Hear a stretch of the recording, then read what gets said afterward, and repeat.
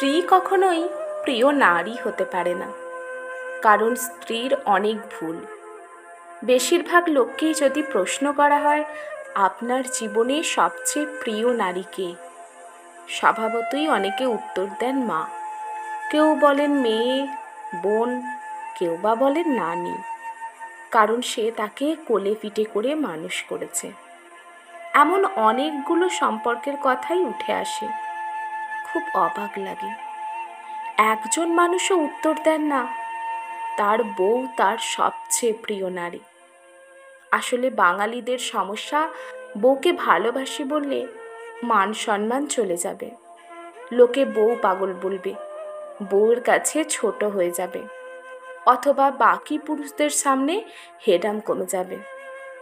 এমন একজন মানুষও কি নেই যার হাসপাতালে বেডের পাশে নির্ঘুম রাত কাটিয়েছে তার স্ত্রী, অথবা একসাথে জীবনের যুদ্ধটা করবে বলে বাবার বাড়ির আভিজাত্যকে দূরে রেখে স্বল্প বেতনের ছেলেটার হাত ধরে বাবার বাড়িটা ছেড়ে এসেছে।